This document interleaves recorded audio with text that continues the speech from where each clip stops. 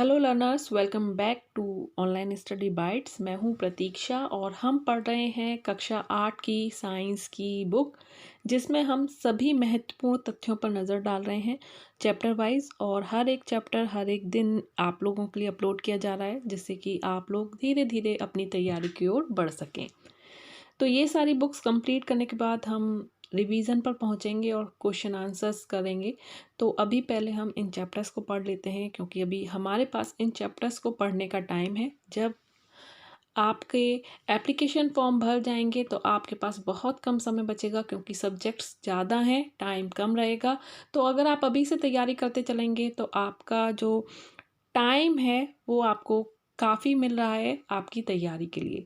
तो चलिए स्टार्ट कर लेते हैं। हमारा चैप्टर 6 है कोशिका से अंग तंत्र तक। कोशिका के बारे में पढ़ेंगे। तो सबसे पहले मैं बता दूं, जैसे घर काफ़ी सारी चीज़ों से मिलता है, वैसे ही शरीर जो है वो भी काफ़ी सारी चीज़ों से मिलकर बना है। जैसे शरीर विभिन्न अंग तंत्रों से, जैसे पाचन तंत्र, श्वसन तंत्र, कंकाल तंत्र आदि से मिलकर बना है। और ये जो तंत्र हैं वो अंगों से मिलकर बनते हैं, जैसे आमाशय, छोटी आंत, नाक, कान, फेफड़े, हृदय आदि। और अंग भी पुनः छोटी छोटी रचनाओं से मिलकर बनते हैं, जिन्हें ऊतक कहा जाता है। ऊतक सबसे छोटी रचना कोशिकाओं से मिलकर बने हैं। तो सबसे पहले कोशिका आता है। जब कई सारी कोशिकाएं मिलती हैं तो वह ऊतक बन जाती हैं। जब बहुत सारे ऊतक मिलते हैं तो वह अंग बन जाते हैं। जब अंग मिलते हैं तो अंग तंत्र बन जाता है। और कई सारे अंग तंत्र मिलकर हमारा शरीर का निर्माण होता है।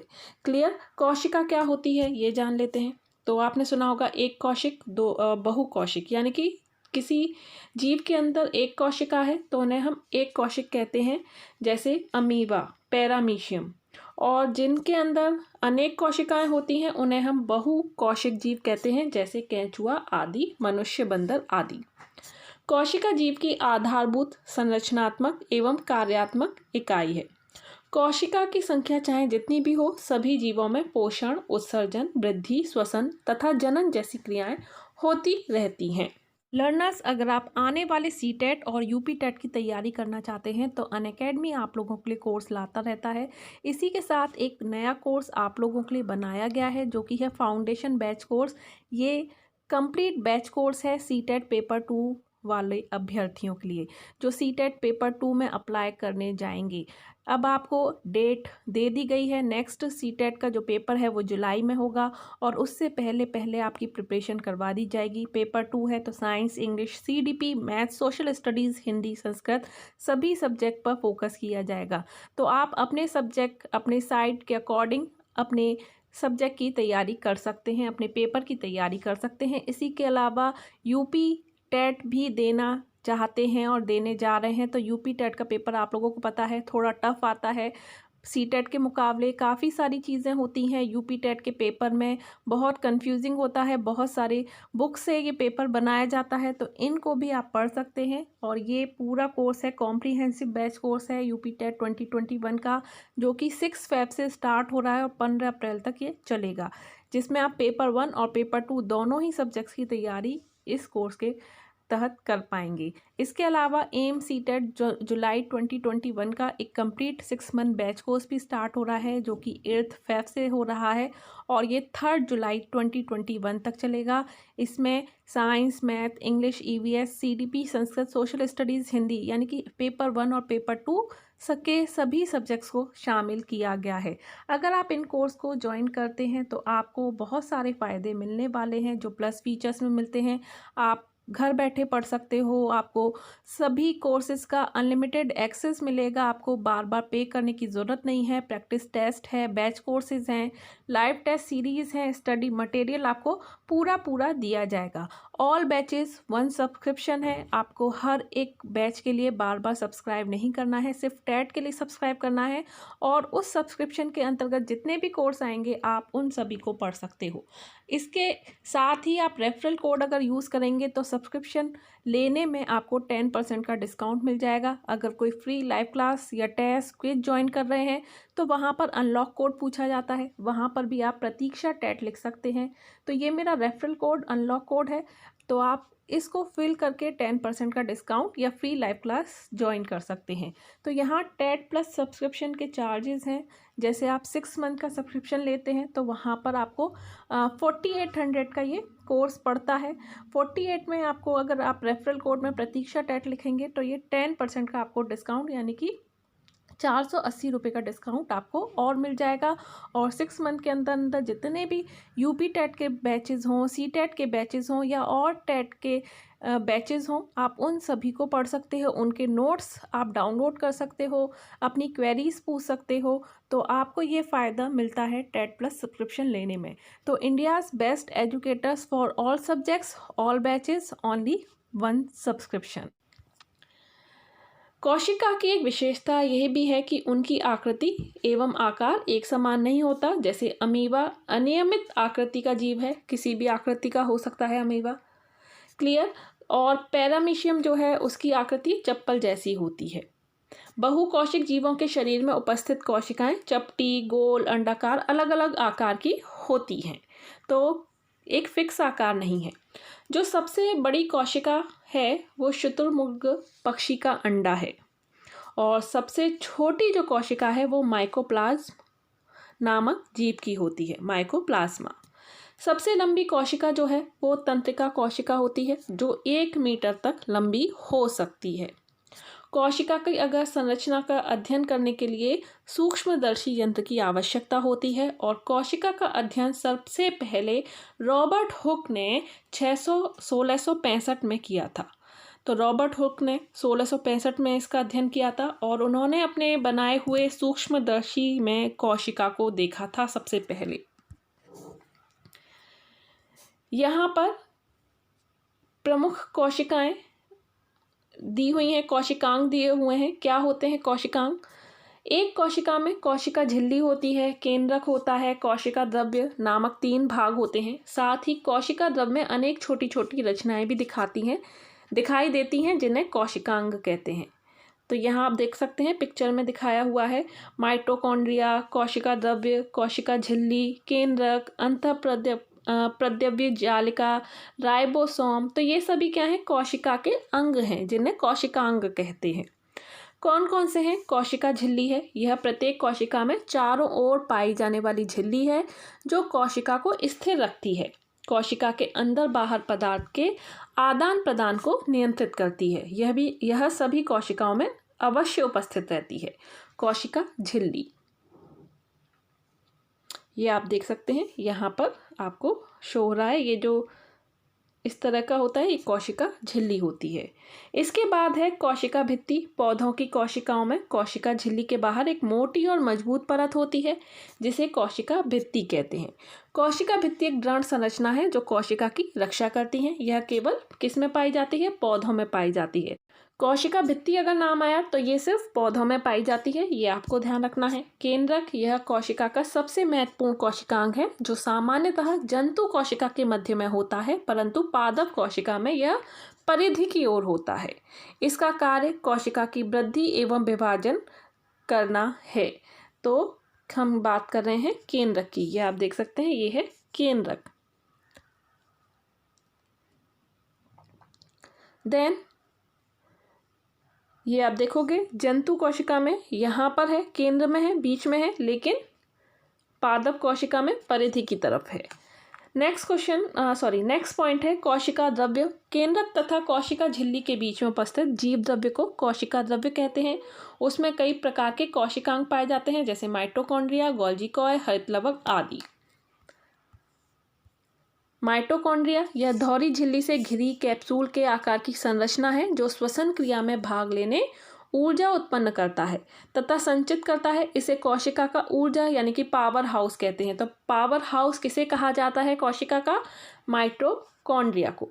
हरित लवक क्या है? यह केवल हरी पादप कोशिका में ही पाया जाता है और प्रकाश संश्लेषण का कार्य हरित लवक के द्वारा होता है।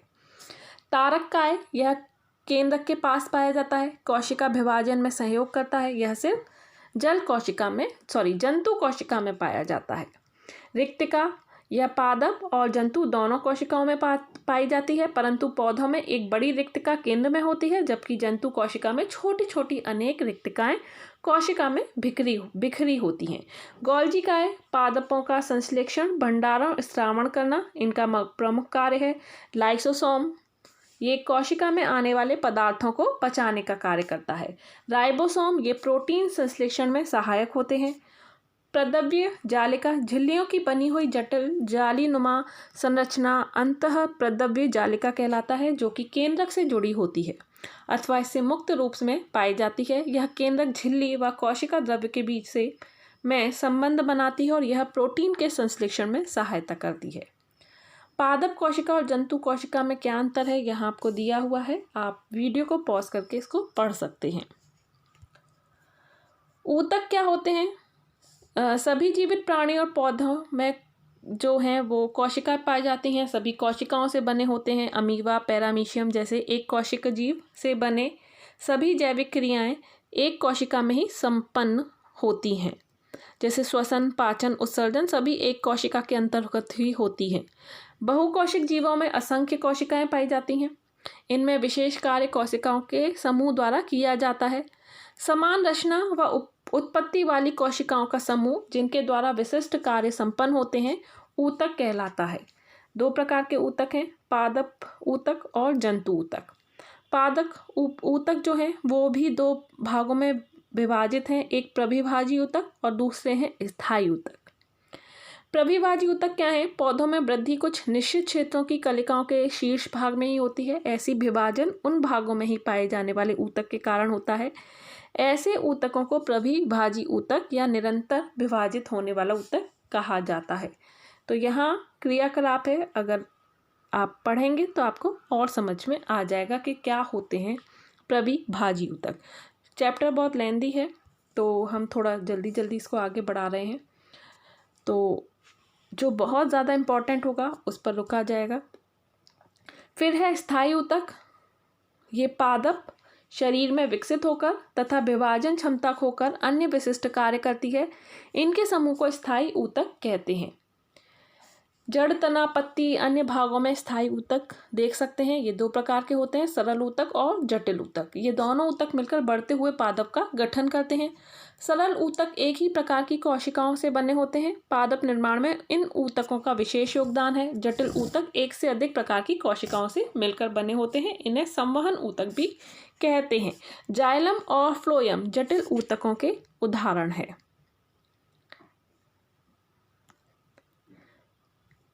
यहाँ जंतु ऊतक के प्रकार दे रखे हैं। एपिथीलियम ऊतक। एपिथीलियम ऊतक जो है शरीर और अंगों का बाह्य स्तर बनाते हैं। यह ऊतक पूरे शरीर के बाहरी आवरण को बनाता है। संयोजी ऊतक क्या है? संयोजी ऊतक विभिन्न अंगों को जोड़ते हैं और सहारा प्रदान करते हैं, जैसे अस्थि और रक्त। अंतराली ऊतक ये त्वचा के नीचे पेशियों के बीच में तथा रक्तवाहियों में तंत्रिकाओं के चारों ओर पाए जाते हैं। अस्थि तथा उपास्थि।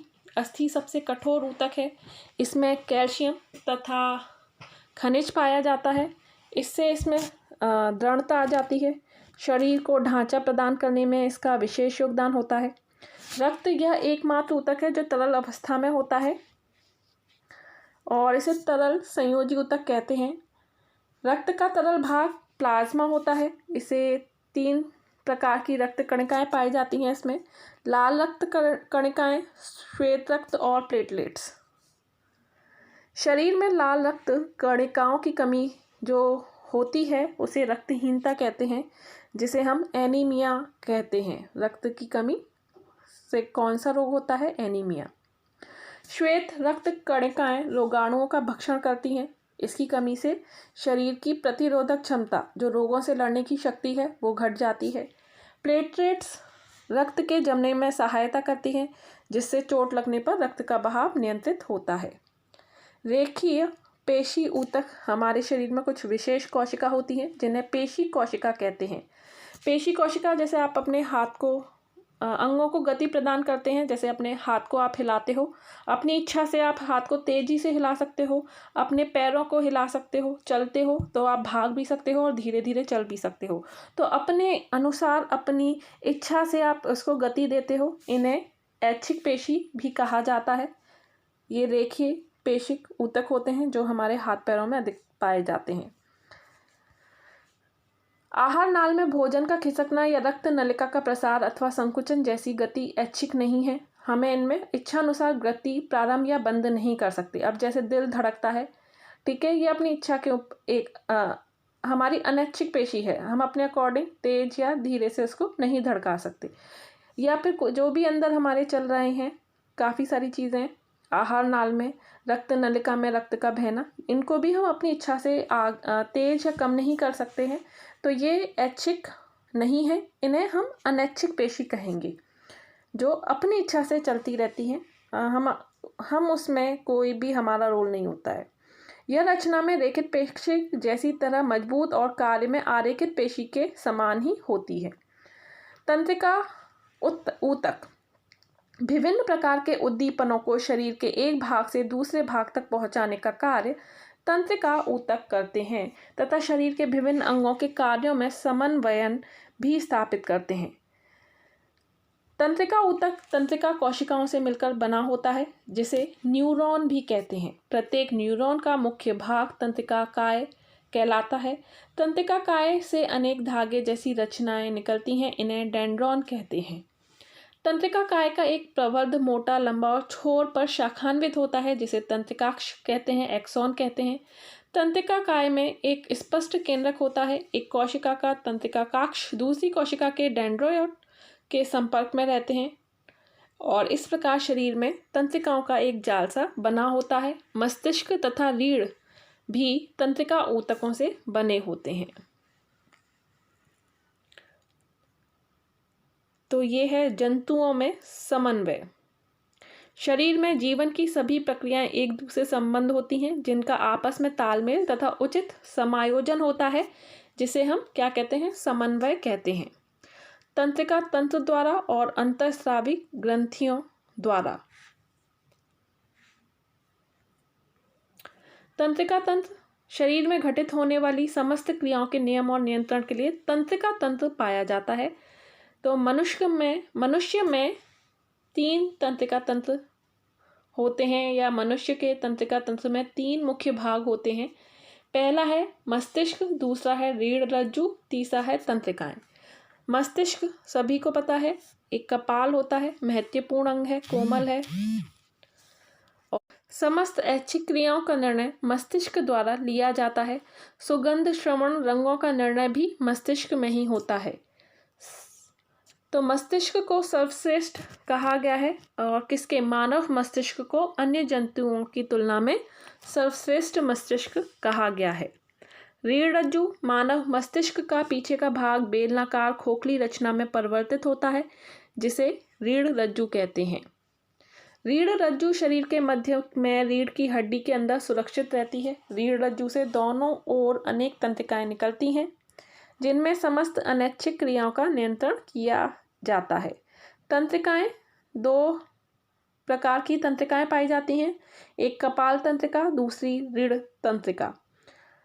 ये ज्ञानेंद्रियों से उद्दीपन को ग्रहण करती है, मस्तिष्क तक सूचना पहुंचाती है, सुनने, सूंघने, छूने और सूचना मतलब स्वाद, जानने की सूचना आदि, ये कपाल तंत्रिकाएं हैं। रीढ़ तंत्रिकाएं ये शरीर की समस्त अनैच्छिक क्रियाओं का नियंत्रण करती हैं। ये रीढ़ रज्जु से निकलती हैं और इन तंत्रिकाओं का जाल आंतरिक अंग तथा त्वचा में फैला रहता है।